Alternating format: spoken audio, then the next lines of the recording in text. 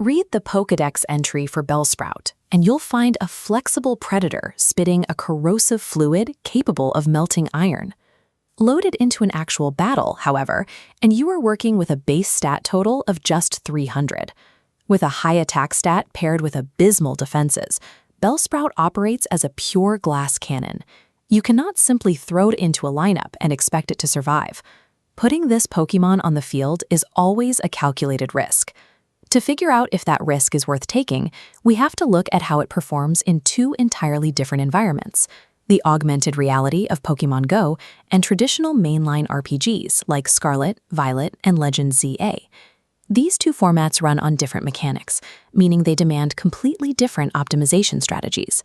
In Pokémon Go, your main concern is economic.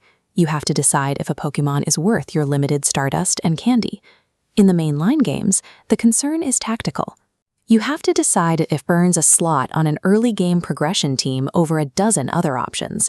Evaluating Bellsprout accurately and making the right choice means we must first separate mobile resource management completely from turn-based tactical synergy. Starting off with the Pokémon Go ecosystem, this gauge chart shows Bellsprout's combat power ceiling. Even at level 50, it maxes out at a mere 1168 CP. Because that number is so low, it gets instantly crushed if you use it to defend a gym or fight a Tier 5 raid. It does have one redeeming quality in this format: strong same-type attack bonus, or stab. To maximize its potential, equip the specific grass-type move combination: Vine Whip for your fast move and Power Whip for your charged attack. Together, these moves yield an output of nearly 24 damage per second. The problem is that a pure grass poison offensive kit lacks coverage, leaving it entirely walled by flying, fire, and ice types. With its low CP ceiling and narrow typing, an unevolved Bellsprout is an offensive liability. It almost always faints before dealing its optimal damage. The true mobile strategy isn't fighting with Bellsprout at all. It is bypassing the base form entirely to reach its final evolution, Victreebel. This vertical bar chart tracks the exact cost required to achieve that: 125 total candy. You need 25 to get Weepinbell and a massive 100 to finish the line. Without relying on pin-up berries or rare candies, you are looking at grinding out roughly 40 individual Bellsprout catches to hit that threshold. In Pokémon Go, it is strictly an evolution tax. You farm it as a resource sink, never deploy it as a battlefield asset. Over in the mainline games, the context shifts entirely. This horizontal bar graph breaks down Bellsprout's base stat total of 300. The tactical issues are a 40 speed and 35 defense. It gets outsped, and with low defense, takes a knockout blow before moving. You can run the hidden ability Gluttony to let it consume a healing berry early, but this gives up an offensive held item slot just to survive one extra turn. Under normal weather conditions, Bellsprout is dead weight on a standard progression team. There is exactly one mainline scenario where this Pokémon actually thrives: sun teams. To make this work, you have to pair it with a teammate whose dedicated role is using the move Sunny Day to alter the weather. This strategy relies entirely on Bellsprout's other ability, Chlorophyll.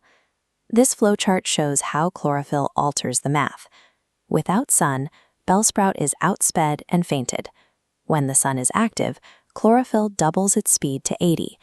Outspeeding the opponent lets it use its base 75 attack to clear the field safely. Achieving this forces a rigid team structure and requires you to burn a turn setting up the weather before Bellsprout can even enter the fight. In the mainline RPGs, this creature is a hyper-specialized tool that requires an entire dedicated team infrastructure to function properly. Whether you are tapping a phone screen or navigating a turn-based menu, the reality of Bellsprout is consistent. You are trading away all defensive utility in exchange for highly conditional, rapid-fire offense. Passive play, or keeping it in your party just because you like the design, guarantees failure.